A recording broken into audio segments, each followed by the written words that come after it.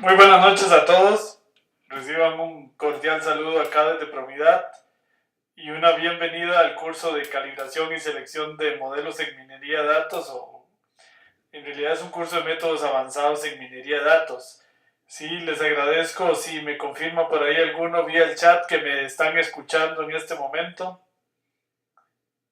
Ok, gracias Juan Martín. En este momento estamos iniciando. Gracias Monique. Ok, muy bien, les agradezco muchísimo. Que me confirmen que me están escuchando. Bueno, como les decía, hoy vamos a iniciar el curso de calibración y selección de modelos, que también estamos por cambiarle de nombre a métodos avanzados en minería de datos. En este curso vamos a estudiar varias cosas, entre ellas, pues el día de hoy vamos a estudiar métodos exploratorios en minería de datos, pero desde la consola. Es decir, hoy vamos a ver todo lo que se vio en el primer curso de métodos exploratorios y un poco más, pero directamente desde la consola de R, ya dado que ustedes ya ahora sí saben trabajar desde la consola, de donde se le puede sacar mucho mayor provecho a los métodos. De hoy en 8 días vamos a trabajar en el tema de métodos predictivos, o sea, el segundo curso de métodos predictivos, pero ahora desde la consola de R también. Y vamos a estudiar algunos modelos nuevos que no habíamos estudiado en RATL porque no era posible hacerlos en RATL. De hoy en 22 días, Dios primero, también vamos a estudiar los métodos, variación cruzada y curva ROC. Y en la última clase vamos a ver cómo se selecciona y se calibran y parametrizan modelos usando validación cruzada para poder seleccionar el mejor modelo dado un juego de datos. Cómo tunear, como decimos en Costa Rica, darle tuning a un método usando calibración de modelos. Bueno, básicamente eso es el curso. Como siempre, pues son 4 semanas, 4 clases y 4 tareas. El curso igual se aprueba con nota mayor o igual a 70 de promedio en las 4 tareas. Bueno, muy bien, vamos a iniciar formalmente el curso del día de hoy. Si tienen alguna pregunta, como siempre, pues favor tramitarla a través del chat. Y les agradezco si mantienen pues ahí los micrófonos cerrados para no interferir el ancho de banda de la videoconferencia. Bueno, muchísimas gracias entonces por estar de nuevo con nosotros. Un gusto tenerlos nuevamente acá. Vamos a dar inicio de una vez a la clase. Bueno, muy bien. Entonces, bueno, lo primero que vamos a repasar es el análisis en componentes principales. El objetivo de hoy no es estudiar el método en sí, pues a estos ya le habíamos dedicado una clase en el curso de métodos exploratorios. Más bien, la clase de hoy está orientada a cómo ejecutar estos métodos directamente desde la consola de R, que incluso en una de las tareas de R se les hacía pues un pequeño adelanto. Bueno, el análisis de componentes principales se puede estudiar con varios paquetes en R. Y el paquete stats, que ya de hecho está en el paquete base de R, tiene una función que se llama prcom, que permite hacer análisis componentes principales al estilo un poco más norteamericano, que es graficando un biplot en lugar de graficar el círculo de correlaciones y el plano principal. Muy bien, me dice Jonathan que no se escucha, vamos a ver. No sé si tengo el micrófono abierto, pareciera que es algún problemita en el audio de Jonathan. Ok, bueno, entonces como siempre, pues acá lo primero que se debe hacer es establecer como un CWD el directorio de trabajo donde se tienen los datos. Hacemos una lectura de datos, como ustedes ya aprendieron en el curso de R. El separador es punto y coma y el separador de decimales coma. Y tenemos nombres de filas en la primera columna. Esto es muy importante, ¿verdad? Como siempre, y tenemos header, encabezado. Esto es vital porque de la mala lectura de datos resulta la mala aplicación de cualquier método. Bueno, una vez leídos los datos y dejados en la variable datos, aplicamos la función prcom a datos y esto ejecuta un análisis en componentes principal, centrado y reducido. El resultado queda acá en modelo. Si pedimos modelos, acá estamos viendo las componentes principales y a través de un biplot vemos en un solo gráfico los individuos y las variables. Entonces acá podemos identificar tres clústeres que ya habíamos visto en el primer curso de los buenos en matemáticas y ciencias, que son Inés, José y Pedro. Los buenos acá en educación física, que son Luis y Sonia. Y los buenos en español e historia, que son Andrés, Carlos y Lucía. Rápidamente se logran identificar ahí en el biplot. Tenemos una pregunta en el chat. Me dice: los apoyos, Juan Martín, no están aún disponibles. No, sí, no hemos abierto el aula virtual. Ahora es porque, les explico, porque le di a los técnicos la instrucción de que no lo abrieran, porque vamos a hacer un pequeño cambio en la tarea. Entonces no quiero que se queden algunos con la tarea una versión vieja. Entonces estamos haciendo una nueva versión de la tarea. Entonces ahí nos van a disculpar. Apenas termine la clase, Juan Martín, estamos habilitando la semana del aula virtual con la nueva versión de la tarea. Entonces por eso. Sí, ahí nos disculpa, que yo sé que a algunos les gusta tener los materiales antes de iniciar la clase. Por esa razón fue que no la abrieron, y yo es que estaba dando una clase en la universidad y no me dio tiempo de hacer el cambio de la tarea. Bueno, muy bien, entonces ahí podemos ver el biplot, podemos ver el ejemplo de servicio al cliente, que también es un ejemplo que hemos trabajado en el otro curso. Igual, seteamos el directorio, leemos los datos, por ahí se nos está metiendo un sonidito, es de Ana. Bueno, entonces ejecutamos el análisis de componentes principales y hacemos el biplot. Ok, ahí está el biplot. De hecho, en la nueva tarea viene una forma interesante con otro paquete en el que estos biplot se hacen con ggplot, y entonces el gráfico queda mucho más bonito y más legible.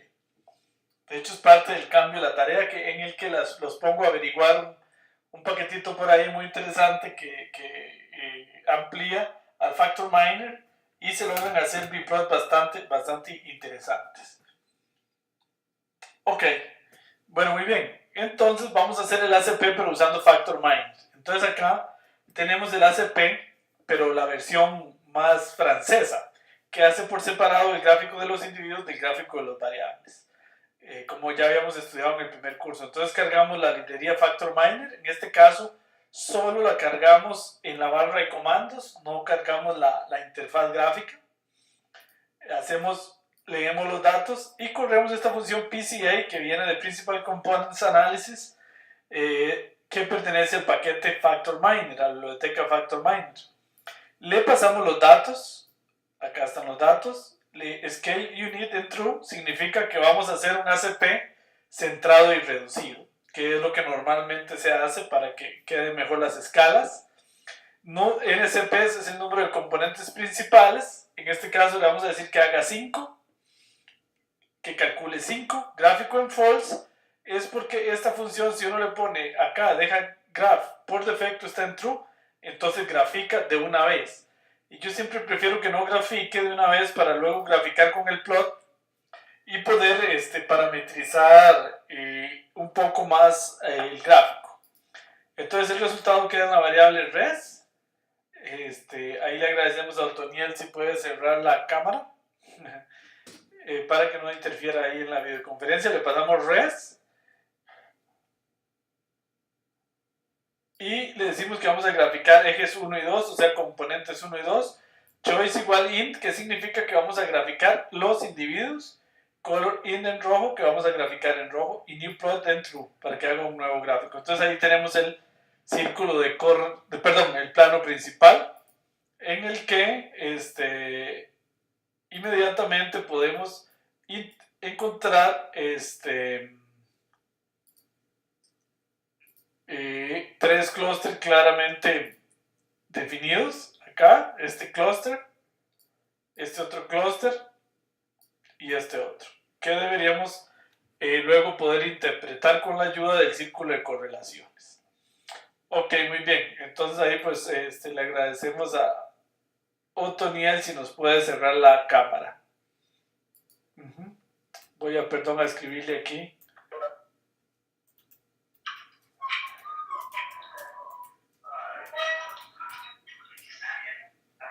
Ok, y pareciera que nos está metiendo un ruidito ahí Otoniel Campos, sí.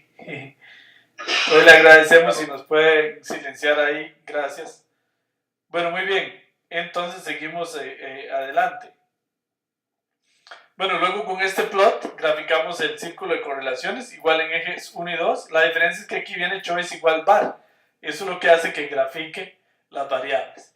El color en azul y new plot en true para que nos haga un nuevo gráfico. Y ahí vemos el círculo de correlaciones que ya hemos interpretado en el curso número 1. Recuerden que hoy el objetivo es más ver cómo se hacen estos gráficos directamente desde la consola. Ya el método en sí lo habíamos explicado en el curso de métodos exploratorios.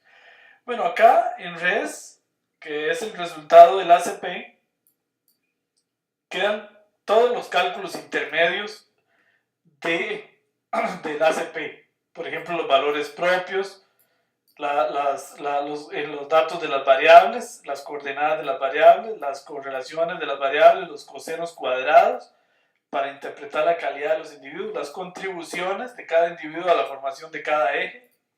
Luego para los individuos queda igual toda esa información. Las coordenadas, los cosenos cuadrados y las contribuciones y algunas otras valores que no hemos estudiado la verdad en ninguno de los cursos. Por ejemplo, res dollar eigen me permite ver los valores propios. Con res dollar bar aquí están las coordenadas, que son las coordenadas de los individuos, las correlaciones, los cosenos cuadrados, recuerdan los cosenos cuadrados, con estos es que se hace la interpretación de la calidad de cada una de las variables en este caso, y en el caso de los individuos, pues igual acá están las contribuciones, los cosenos cuadrados, que nos ayudan a interpretar la calidad de los individuos, en este caso en el plano principal.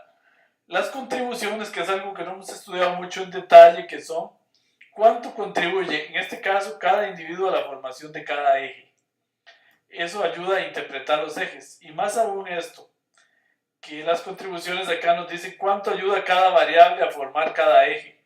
Entonces, por ejemplo, el eje 1, matemáticas, contribuye el 27%, educación física el 28%. Eso quiere decir que el primer eje está determinado principalmente por matemáticas y educación física. Y si vemos el gráfico, en efecto es así.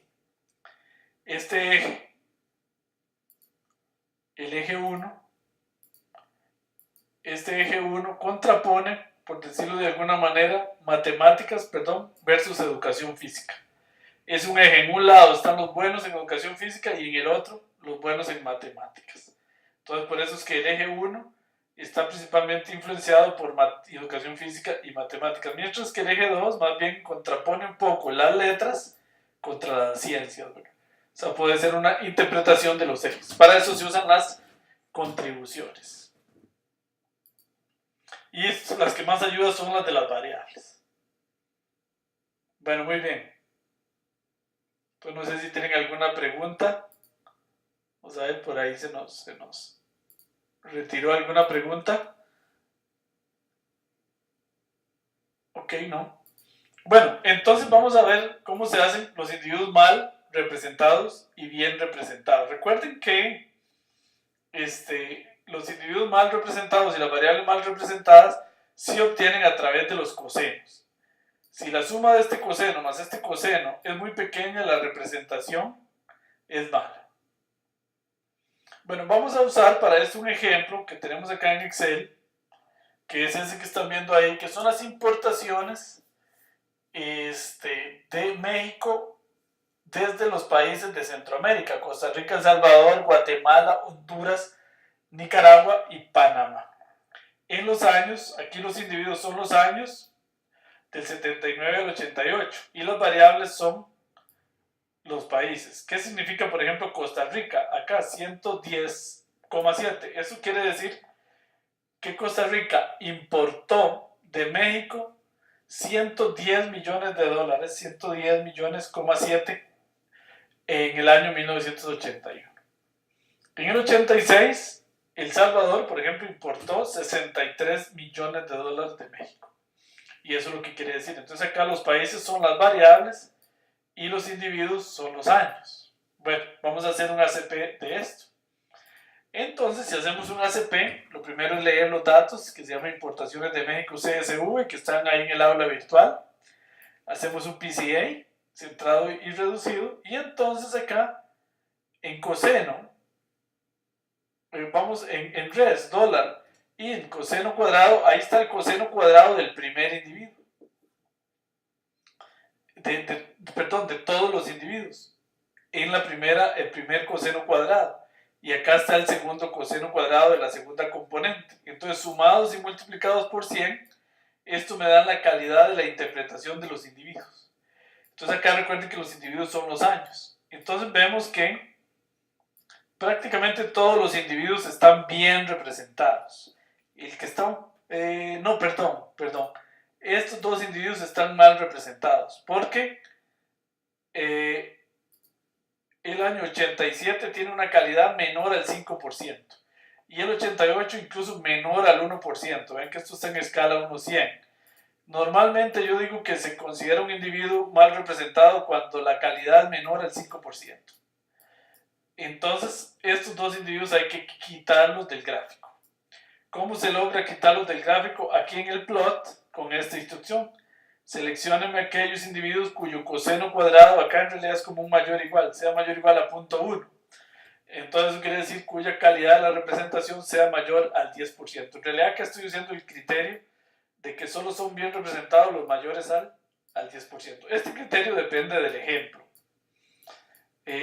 Pero normalmente yo creo, ¿verdad? En esto hay controversia, ¿verdad? Que con más de un 10% es suficiente. O más de un 5%. ¿Por qué? Porque recuerden que en realidad de lo que se trata es de la dirección, en qué dirección está el individuo para así poderlo interpretar. Y si el coseno ya es mayor a un 10%, ya nos marca por lo menos una dirección. Ok, muy bien. Entonces acá están los individuos. Me quedaron 81, 82, 83, 80, 79, 86, 84. Se ve que acá, entonces, acá están los 87, 88 que fueron quitados porque están mal representados y observamos con toda claridad 3 segmentos. Ok, muy bien. Bueno, muy bien. Y ahora vemos las variables. Las variables, si les hacemos el coseno cuadrado acá, igual acá está el coseno cuadrado de las dos primeras componentes de las variables, vemos que todas las variables están bien representadas. No hay que eliminar ninguna variable del gráfico, porque vean que todas están, la que está más mal representada está en un 67%, que es Honduras. Solo para efectos ilustrativos de cómo se elimina una variable del gráfico acá, voy a seleccionar coseno cuadrado mayor o igual a 0.7, o sea 70%.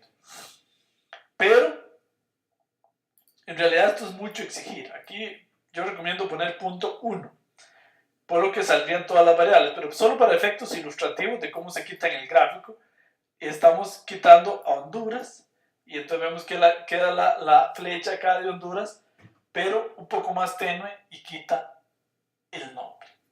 Okay. Pero ya les digo, en la práctica deberían dejarse todas las variables. Es para efectos ilustrativos. Ok, muy bien. Si tienen alguna pregunta, con mucho gusto.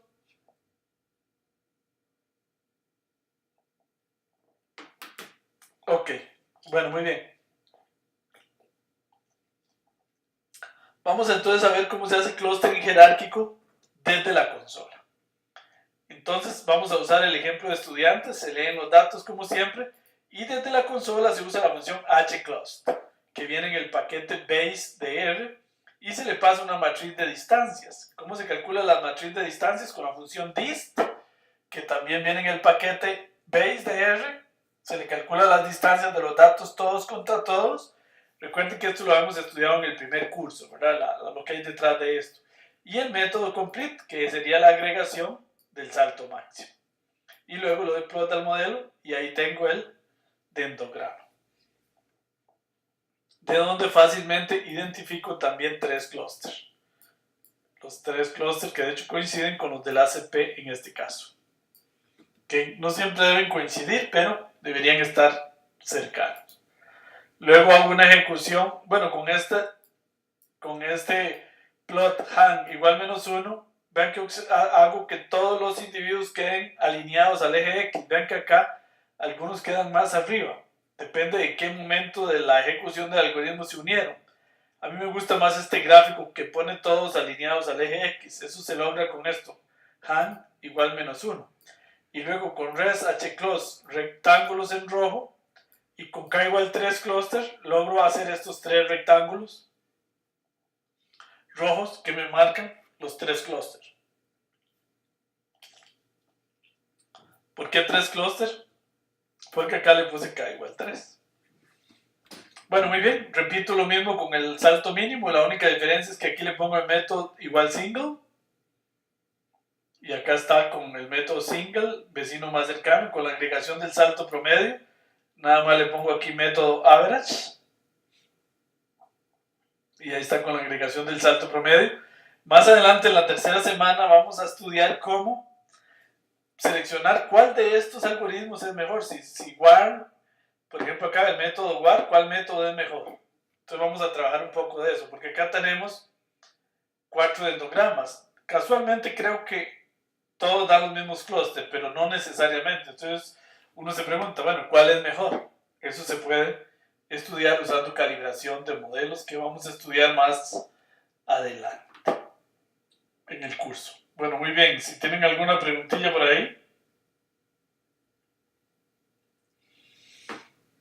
Ok, muy bien. Entonces, ¿cómo se puede guardar guardar el modelo y guardar a qué clúster pertenece cada individuo? Entonces yo le puedo decir con esta función cutTree que corte el árbol con 3 clústeres. Y entonces eso en grupo me deja a qué individuo pertenece cada clúster. Vean que esa es esta variable, grupo. Entonces me dice que Lucía pertenece al clúster 1, Pedro al clúster 2, Inés al clúster 2, Luis al clúster 3.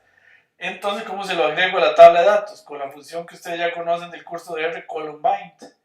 Entonces, a la tabla de datos se le adiciona en la última columna la variable de grupo. ¿Esto por qué se le llama un corte de árbol? Porque esto es como hacer el corte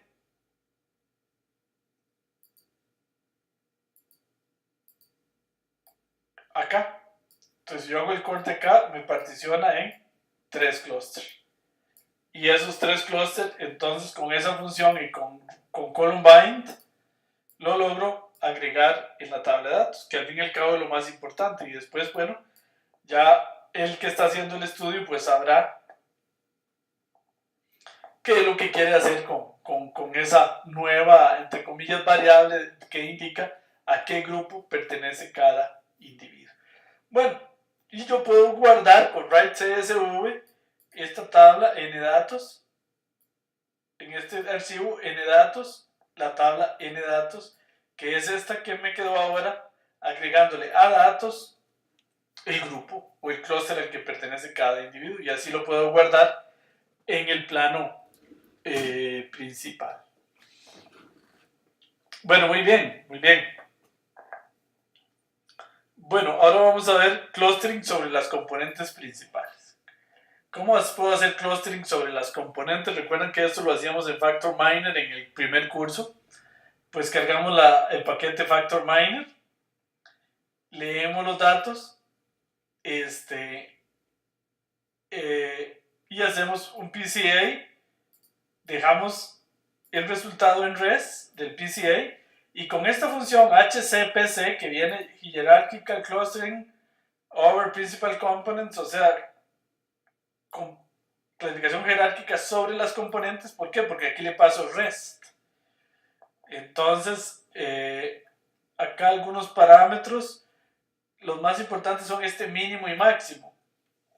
¿Qué es lo que me están diciendo? Es cuántas componentes usar. Yo le estoy obligando ahí a a usar 3, porque le estoy estableciendo como mínimo 3 y como máximo 3. Entonces estamos usando 3 componentes. Gráfico en false para que no me grafique de una vez.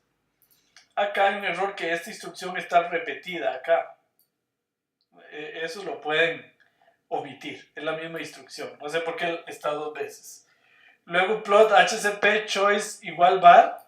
Esto lo que me hace es graficar los valores propios.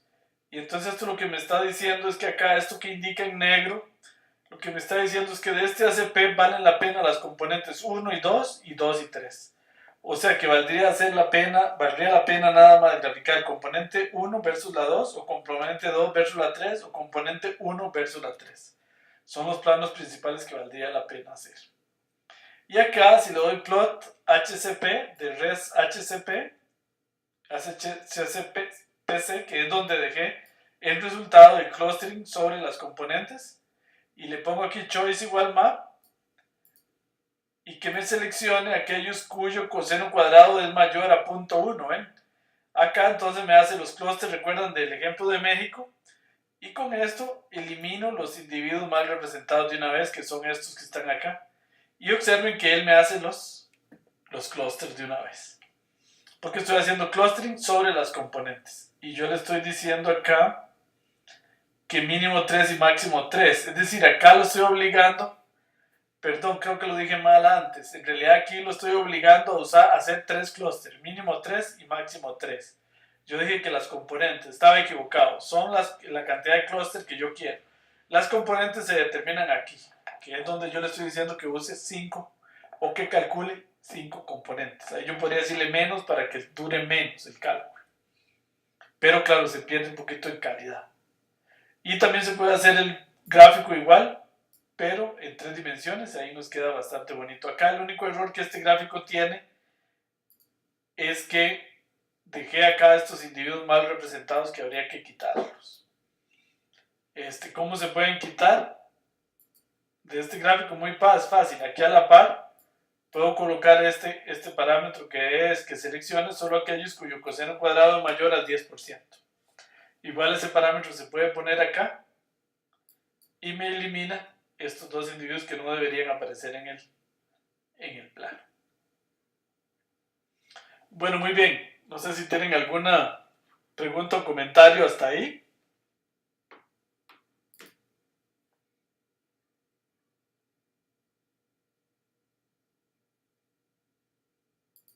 Ok, muy bien. Bueno, entonces, ¿cómo hacer la interpretación desde la consola? Para no tener que ir, como hacíamos en el curso de métodos exploratorios, que teníamos que ir a hacerlo en Excel. Acá es mucho más fácil.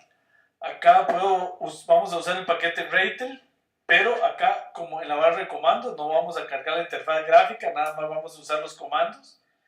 Entonces Ratel tiene una función que se llama centers.hclust que calcula los centros de gravedad del clustering. Entonces le paso los datos, le paso el modelo que me generó, este modelo que me lo generó, hclust, acá, allá más arriba, vean. Este modelo fue el que me generó acá hclust, con la distancia de war. Entonces a ese modelo le digo a esta función center-hclust que calcule los centros de gravedad usando 3 clusters. Use median en false para que lo haga con base en la media y no con base en la mediana. Entonces acá están los 3 centros de gravedad.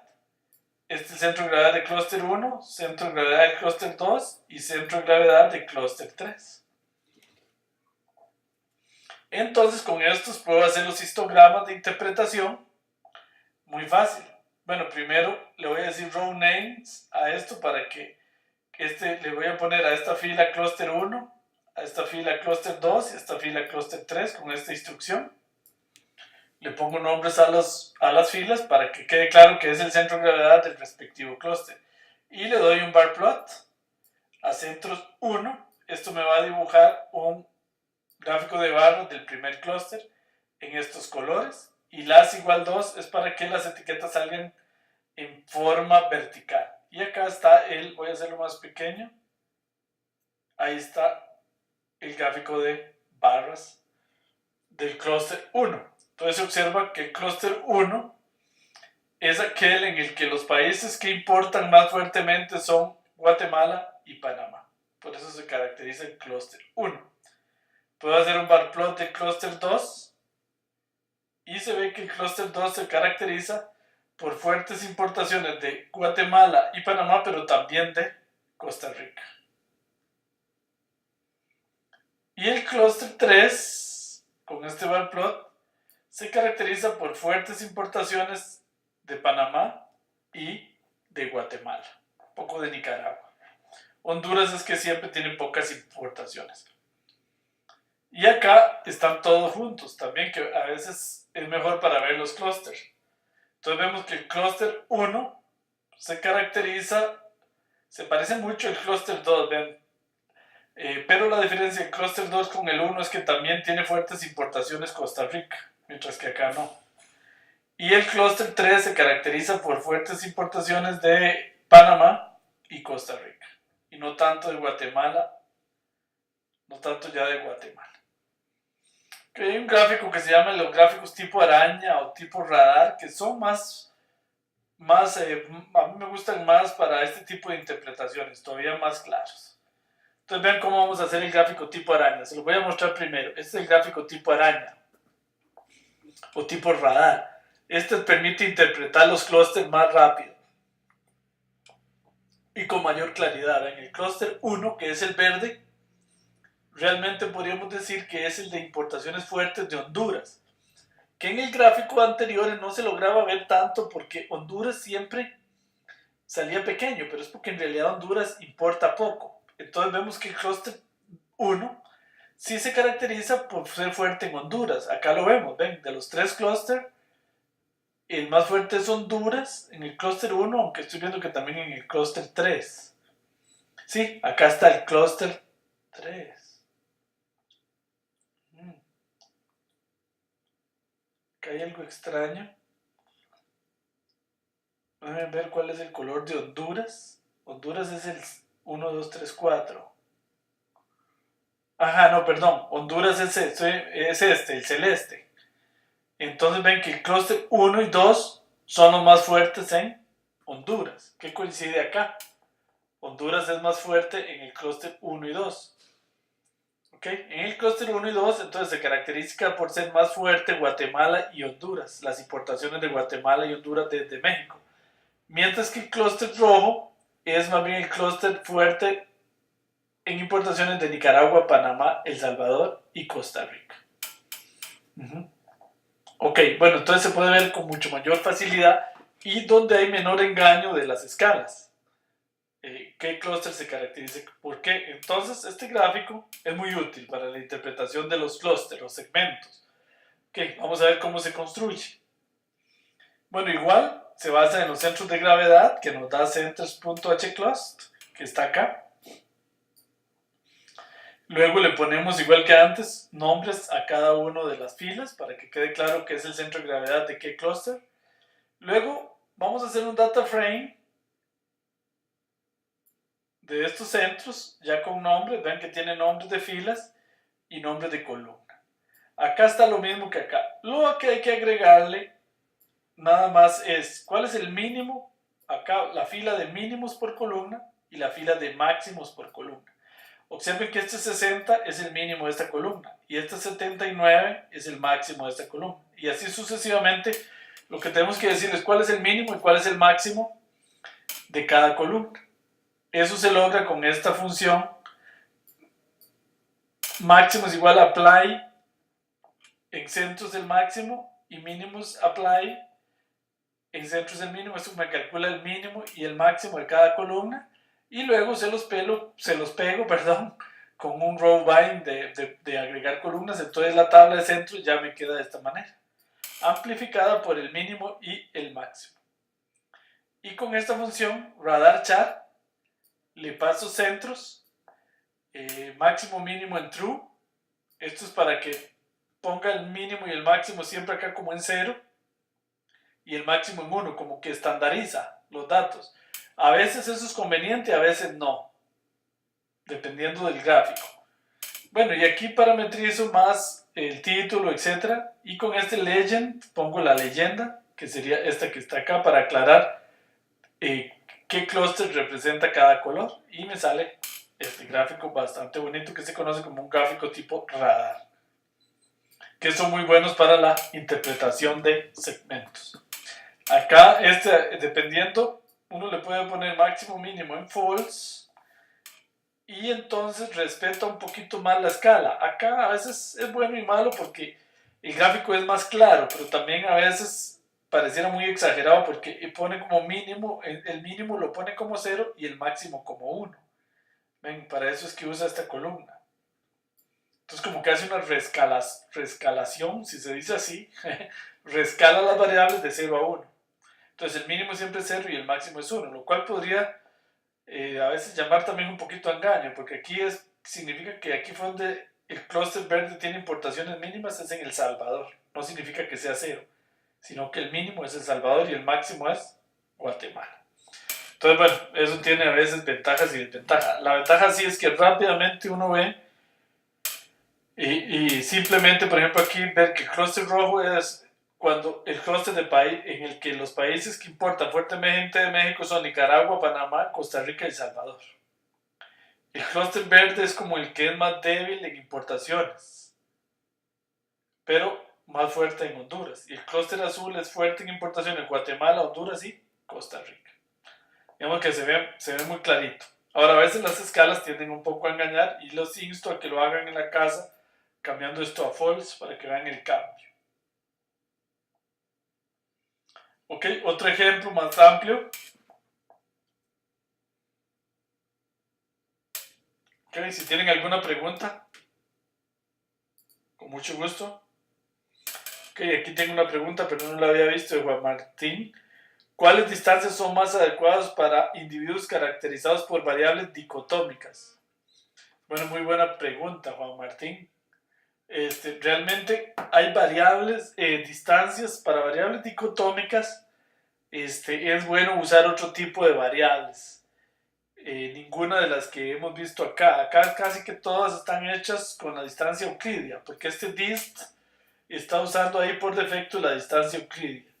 Y si las variables son dicotómicas, hay que usar la distancia de Gauer o otras distancias especializadas para variables dicotómicas. De hecho, pues en general acá estamos usándolo para variables cuantitativas y no cualitativas. Pero sí, si las variables son cualitativas, de hecho hay que usar otro tipo de clustering que vamos a ver más abajo que se llama DAISY. Y ahí usamos la distancia de Gauer. Pero hay otros tipos de distancias especiales para variables cualitativas y sobre todo si son dicotómicas. Pero es una buena pregunta, hay que tener cuidado. Pues en este curso, por razones de tiempo, no entramos tanto en ese detalle, pero en efecto, si usted le quiere, Juan Martín me manda un correo o me lo pide en el foro y le subo una presentación que yo uso en un curso de la Universidad de Costa Rica, en el que estudiamos un poco más en detalle el tema de variables para datos dicotómicos. ¿Ok? Bueno, ahí me lo puede pedir en el chat de Juan Martín para subirlo y que todo lo tenga si a alguien más le interesa. Bueno, entonces aquí es otro ejemplo. Hacemos el H-Clos, aquí queda el modelo, ploteo el modelo y luego vamos a hacer el gráfico tipo araña o radar con 3 clústeres. Entonces acá están los centros, que me los calcula centers H-Clust. Ahí están los centros. Y acá grafico el clúster 1,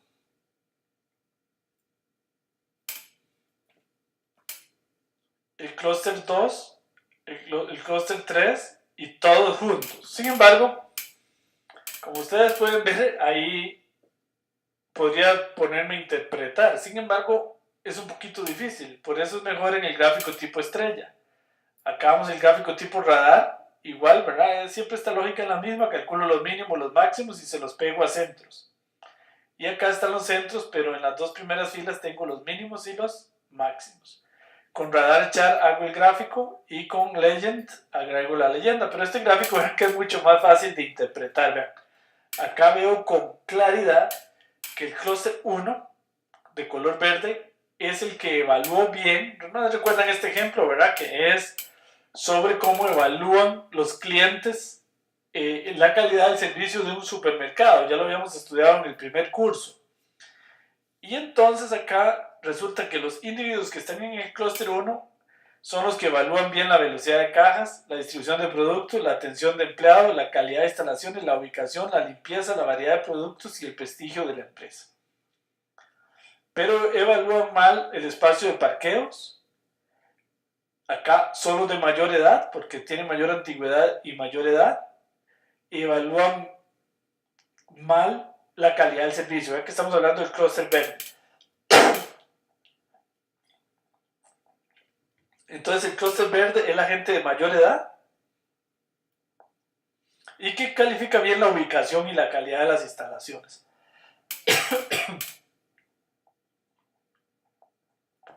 Perdón que me agarró tos. El clúster rojo es el más preocupante de la empresa porque casi evalúa mal todo, excepto la ubicación y que son los de mayor edad. Perdón. Entonces el clúster rojo es el clúster preocupante. Solo les gusta como la atención a empleado. Y el clúster azul, perdón, es que tengo tos, evalúa bien el espacio de parqueo, son los de mayor edad, evalúa bien la calidad del servicio, la variedad de productos y la limpieza. Pero no le conviene la instalación ni la calidad de las instalaciones. Es decir, aquí, para el dueño de este supermercado debería preocuparse por los individuos que quedan en el clúster rojo, que son los que le están evaluando mal el supermercado. Ok, muy bien, vamos a ver que tengo una pregunta en el chat. Las coordenadas paralelas también son una buena opción para datos multidimensionales. No sé, Juan Martín, a qué se refiere con coordenadas paralelas, la verdad, sinceramente. Ahí sí me puede explicar un poquito más en detalle a qué se refiere. Bueno, entonces el método de K-media desde la consola.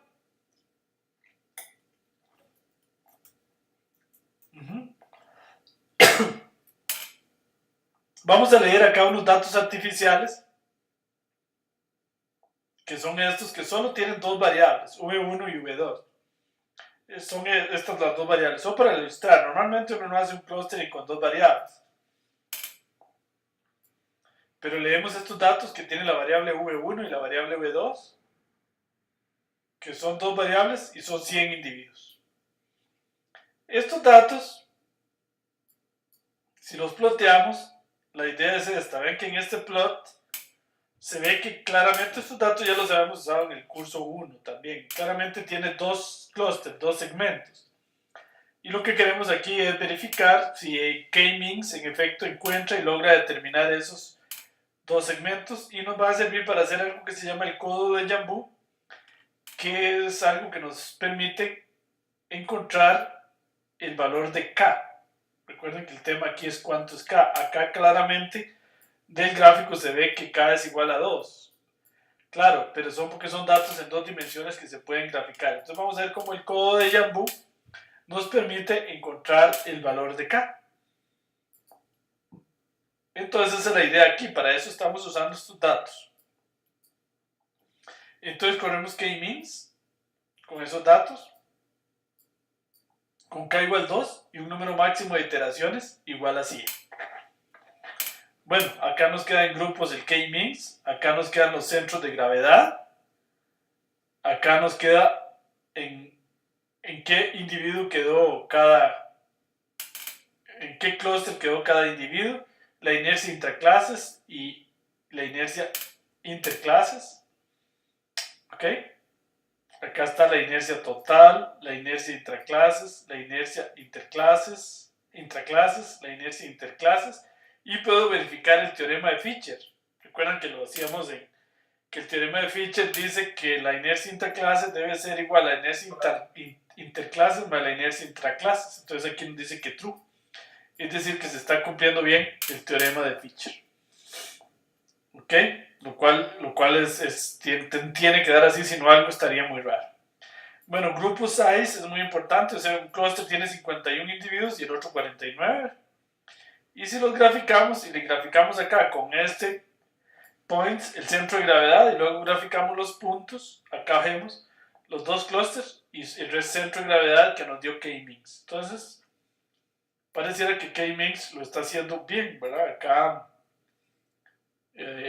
pues tenemos los dos centros los dos clústeres y sus respectivos centros de gravedad. Entonces nos está dando bien. Ahora, acá claramente usamos K igual 2 porque sabíamos desde el gráfico que eran dos clústeres porque estamos en dos dimensiones.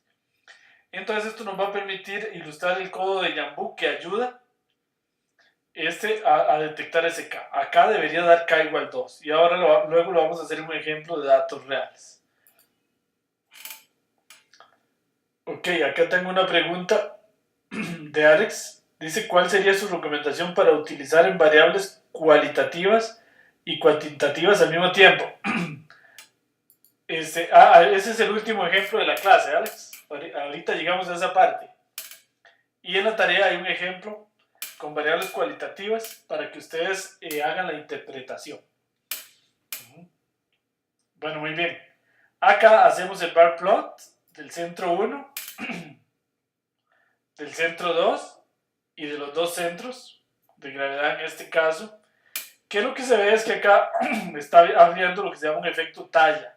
En realidad el clúster 1 es aquel en el que las variables tienen bajo tamaño, son pequeñas, baja talla, y el clúster 2 es el que son grandes. Eso se llama un efecto tallo, que a veces es peligroso, cuando un clúster en realidad lo que determinan es que puede ser un efecto de escala. Entonces tal vez no está diciendo nada, sino nada más un efecto de la escala. Ok, bueno, entonces vamos a hacer, acá estamos haciéndolo con K igual 4, entonces volvemos a repetir el ejercicio pero con 4 clústeres. Aunque en el fondo vemos que son que son 2, pero bueno, ahí está hecho con 4 clústeres el ejercicio. Eso se logra acá con K igual 4 y número de iteraciones en el algoritmo máximo 50. Otro ejemplo, más adelante vemos lo del codo de Jambu. Otro ejemplo es este de los datos de servicio al cliente. Vamos a usar K-Means con 3 clústeres. Entonces aquí nos queda a qué clúster pertenece cada individuo con grupo $cluster. Acá están los centros de gravedad. Acá en K-Means no hace falta usar el paquete Reitel porque él ya da los centros de gravedad. Entonces acá están los centros de gravedad de cada clúster. Y con este bar plot graficamos los centros de gravedad.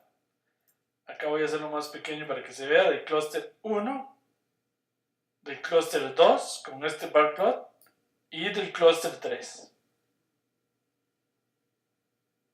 Y acá están todos juntos. Ok, pero igual que antes, es mejor hacer un gráfico tipo araña. Voy a hacer aquí un gráfico tipo araña con los centros. Ven que en este caso los centros quedan en grupo $centers, que es la variable donde K-Mix me deja los centros. Igual, lo que tengo que hacer es agregarle los mínimos y los máximos, y acá tengo los centros con los mínimos y los máximos, y con Radar Chart grafico los centros, y con Legend grafico las leyendas, y entonces acá están los clústeres. Básicamente son un poquito similares a los que me dio HClust. Probablemente los de HClust son los clústeres óptimos, estos no, pero se parecen un poco. Acá,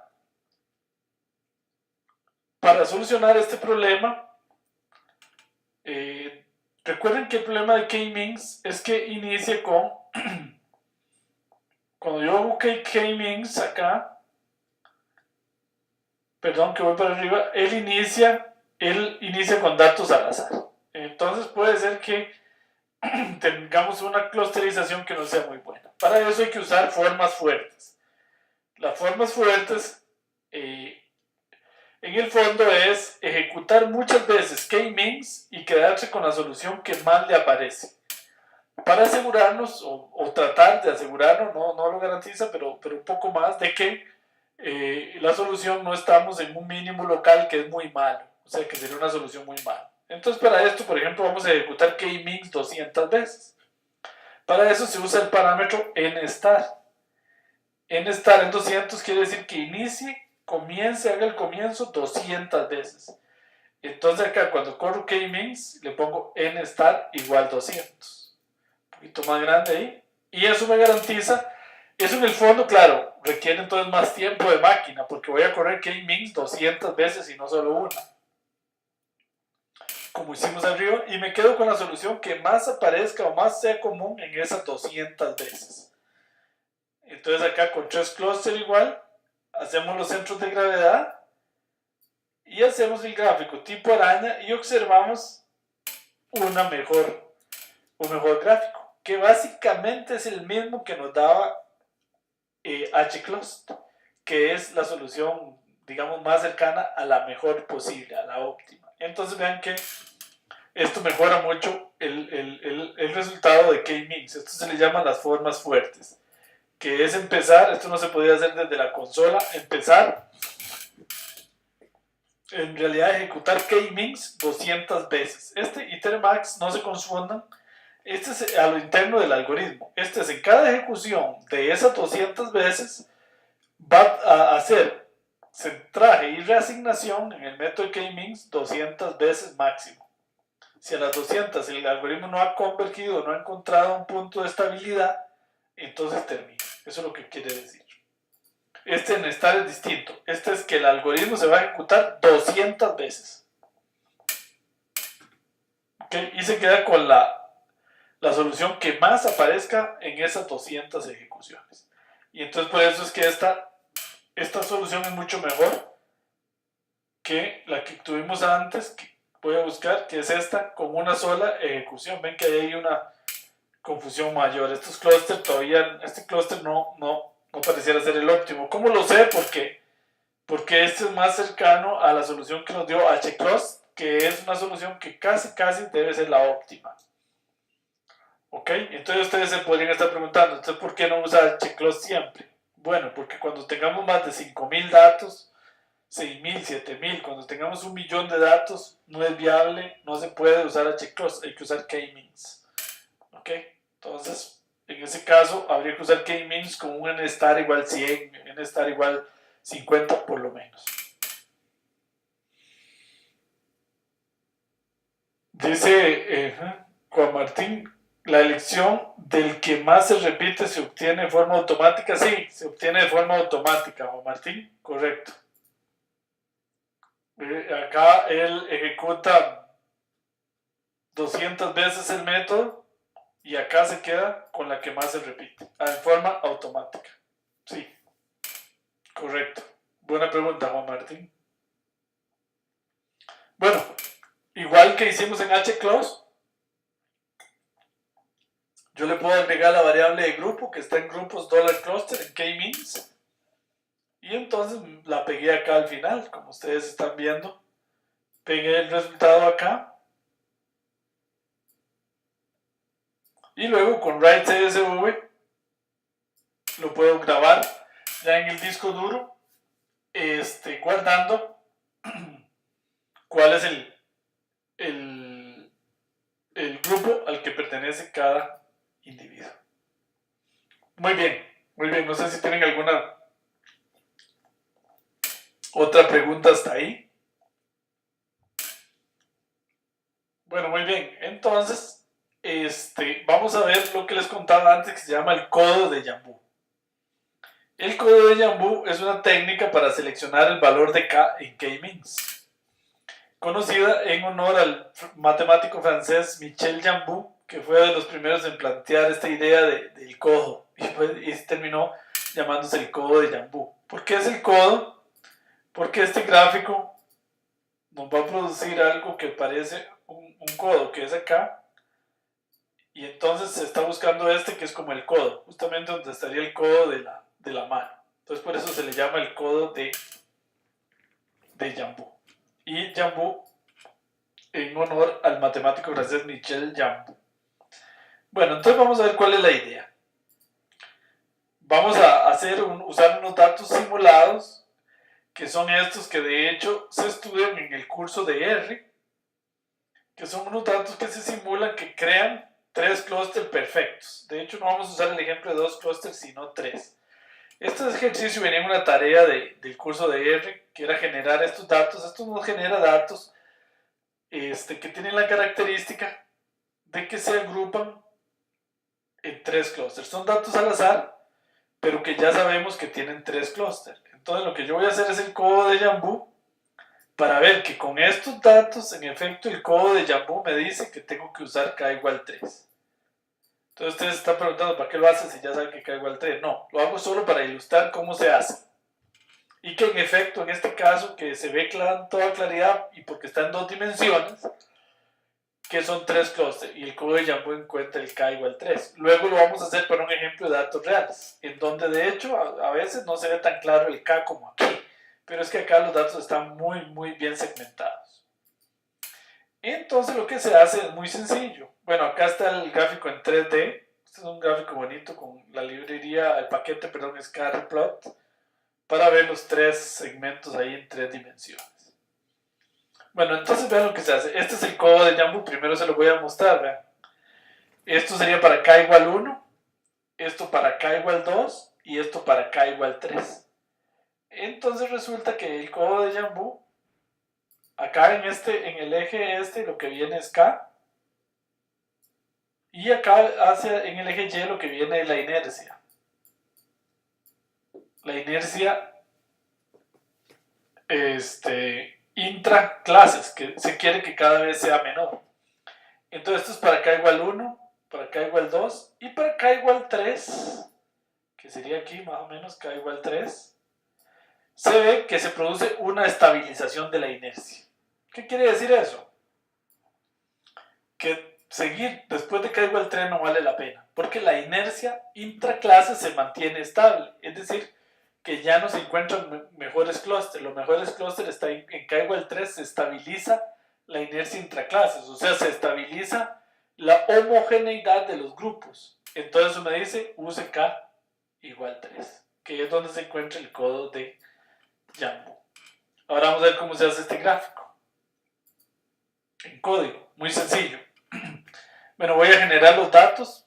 Estos son con datos generados al azar. Aclaro que esto solo se hace en este ejemplo para ilustrar, porque hay mucha gente que en la tarea ponemos a hacer esto y genera datos al azar. No, en la tarea es con unos datos que vienen en una tabla de datos, son con datos reales. Bueno, muy bien, entonces acá lo que vamos a guardar es un vector de inercias intraclases y vamos a ejecutar k-means o k-means 30 veces. No, sí, 30 veces con k igual 1, 2, 3, 4 hasta k igual 30. Entonces vean que hago grupos k-means con k igual 1, o sea,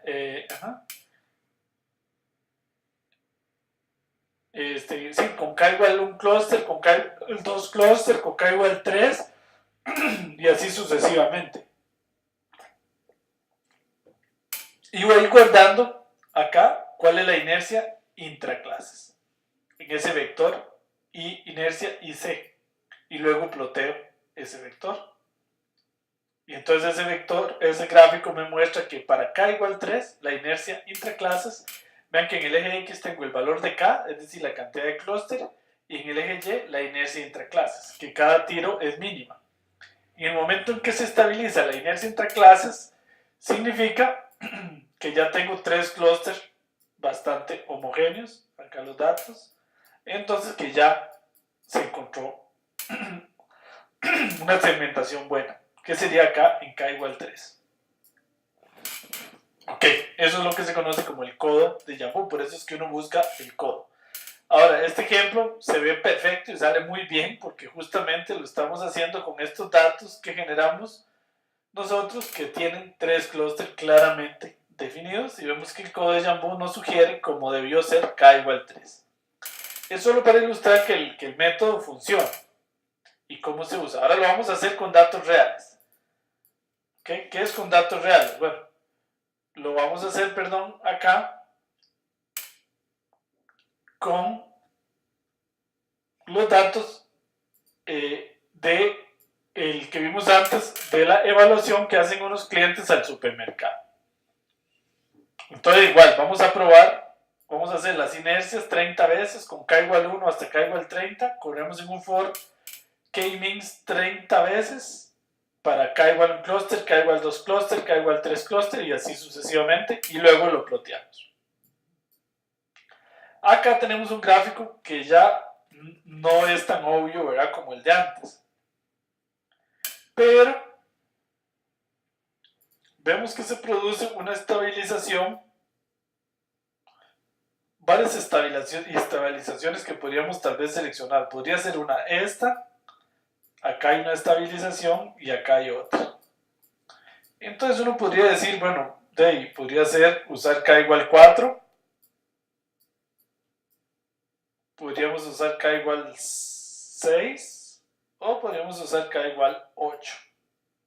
En k igual 8 es donde hay una estabilización un poquito más clara. Ahora, ¿de qué depende? Pues también depende un poco de los objetivos del estudio. Pero bueno, pareciera que k igual 6 sería una buena opción. K igual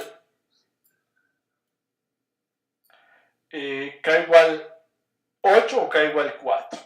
Yo me podría quedar con k igual 6 si me pusieran a escoger en este momento o con k igual 8. Vean que aquí no es tan obvio como en el ejemplo que hicimos antes, donde, claro, había 3 clústeres muy claritos. Acá pareciera que los clústeres no están tan claros en los datos y no los podemos ver porque estos datos son en, si mal no recuerdo, en 9, no, como en 12 o 13 dimensiones, ¿verdad? Muchas variables. En el otro es muy claro porque eran solo 2 variables. Ok, bueno, de hecho yo digo acá, aquí dice que me voy a quedar con k igual 8, ¿eh? Pero bueno, como vimos, hay varias opciones. Entonces una opción es k igual 6, k igual 4 o k igual 8. Bueno, muy bien, muy bien. Entonces no sé si tienen alguna pregunta hasta ahí.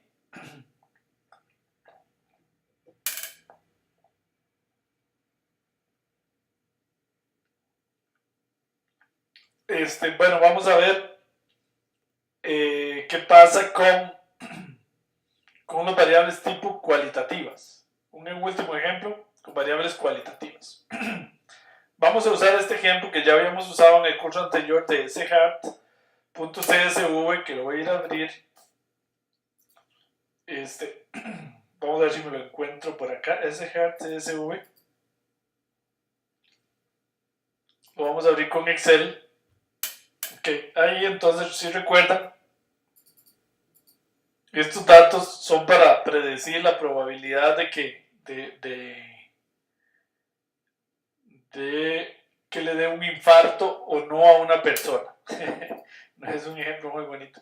Tenemos algunas variables cuantitativas que miden algunos índices como SVP, el nivel de tabaco, el nivel de LDH, la adiposidad, que no sé qué es, el FANGIS, que está presente o no presente, es una variable cualitativa.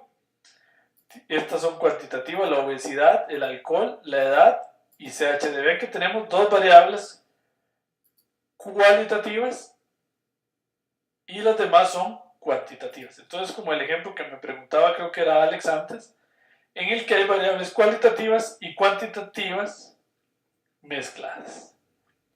Son bastantes individuos. Ven que en este ejemplo no tenemos row names y tenemos 462 individuos, porque tenemos etiqueta de fila. Ok, entonces, por ahí me están diciendo algo en el chat.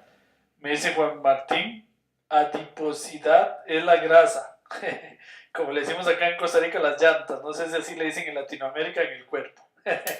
Ok, gracias Juan Martín. Si nosotros en Costa Rica le decimos las llantitas. Déjenme ver acá. La adiposidad, esta es la grasa en el cuerpo. O sea, el nivel de grasa sí que puede influir mucho evidentemente en que le dé a alguien un ataque al corazón o no. Esa se llama la adiposidad. Gracias. Bueno, entonces acá tenemos esos datos que, como vemos acá, pues tiene variables cualitativas y cuantitativas mezcladas. Y acá vamos a usar una función que se llama DAISY para calcular las distancias. ¿Ok? Dice que acá está usando automáticamente la métrica de Gower, que es una variante de la distancia. Aquí usa la distancia euclidia, pero desde el punto de vista de Gower.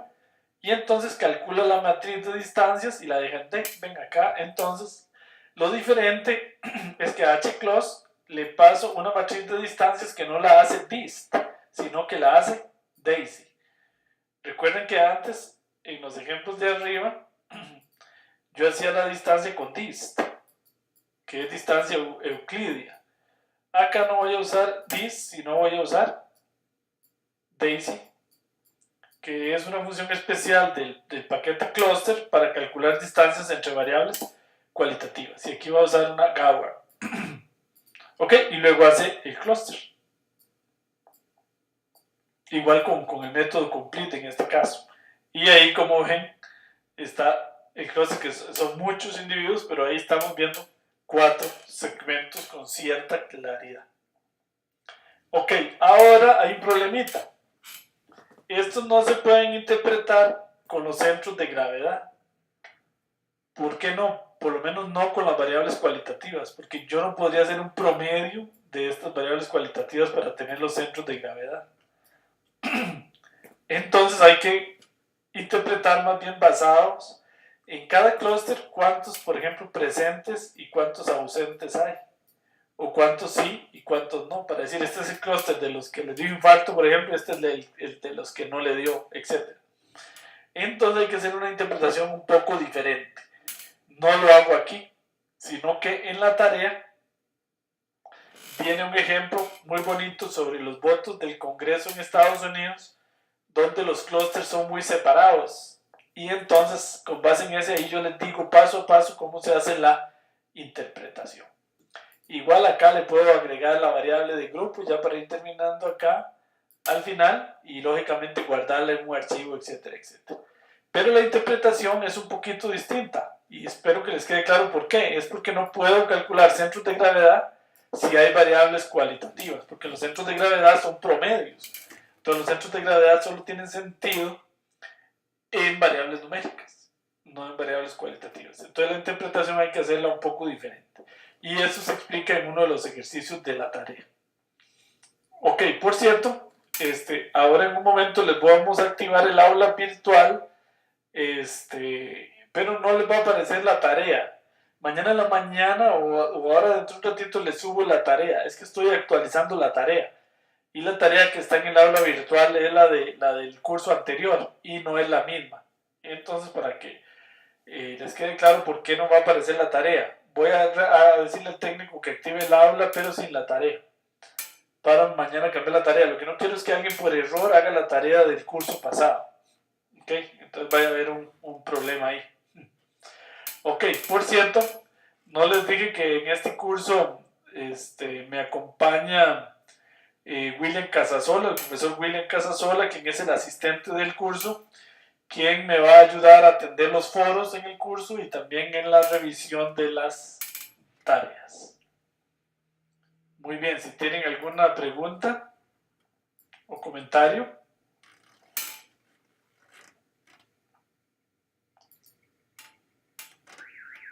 Ok, bueno, muy bien. Entonces, vamos a abrir aquí la cámara para despedirnos. Bueno, entonces, como les decía, un gusto tenerlos nuevamente como estudiantes en este curso de modelos avanzados en minería de datos o calibración y selección de modelos. Como les decía, entonces, alguien me está diciendo algo de la tos. Como les decía, este curso somos 2 profesores, William Casasola y este servidor, y él me va a estar ayudando en la atención de los foros y en la revisión de las tareas. Dentro de un ratito le vamos a activar el aula virtual para que puedan bajar estos materiales de la clase de hoy y los datos y todo esto. Y la tarea se las estoy subiendo mañana en la mañana. Porque es que estoy actualizando la tarea para no usar, repito, la del curso anterior, sino que es una tarea un poquito diferente. Entonces, por aquello de que no vayan a hacer la tarea anterior. Me dicen por ahí que toma agua, se va a lastimar la garganta, por serio. Muchas gracias, Monique. Sí, sí, sí, estaba un poquito afectado de la garganta y vieran que estos cursos online son difíciles porque uno tiene que mantener el audio a veces, ¿no? Es como un poquito de estar en televisión, ¿no? No puede estar en silencio el aula. Entonces es difícil a veces con la garganta, sí, pero muchas gracias. No, acá tenemos agua, para estar tomando, pero aún así, a veces es mejor algún tecito o algo para el tema de la garganta. Bueno, muchísimas gracias. Entonces, gusto verlos. Sí, un poco de miel ahí, como me dice Juan Martín. De hecho, tengo miel, para ese el tema, es muy importante. Debería tomar un poquito antes de iniciar la clase, efectivamente. No, y ya estoy mejor. Ustedes en este tema, en otros, hace un tiempo tenía una tos tan fuerte que tuve que suspender la clase, que estaba con una gripe muy fuerte. Y en un momento me quedé prácticamente mudo. Bueno, la verdad es que un gusto haberlos visto, un gusto tenerlos de nuevo acá en el curso. Y entonces nos vemos de hoy en 8 días para estudiar modelos predictivos desde la consola de R y vamos a estudiar algunos modelos nuevos como el KNN, los métodos bayesianos, el análisis discriminante y algunos métodos nuevos modelos predictivos y vamos a ver cómo se hacen support vector machines, árboles de decisión, etcétera, etcétera, desde la consola de R. Les repito que el enfoque es cómo se utilizan y cómo se aplican estos métodos desde la consola. Si alguno quiere repasar, por ejemplo, árboles de decisión y support vector machine, los conceptos, tienen que ir a repasar la clase de métodos predictivos, que ahí estudiábamos el método en sí bastante a fondo. Ok, entonces eso va a ser la clase de hoy en 8 días. Bueno, muy buenas noches entonces, muchas gracias a todos y nos vemos dentro de 8 días y con cualquier consulta, como siempre, por favor a través del chat, que vamos a estar, gracias Monique, igual buenas noches, vamos a estar William y este servidor atendiendo el foro lo antes posible para que no estén mucho rato con las dudas. Muchas gracias, buenas noches, un gusto, hasta luego.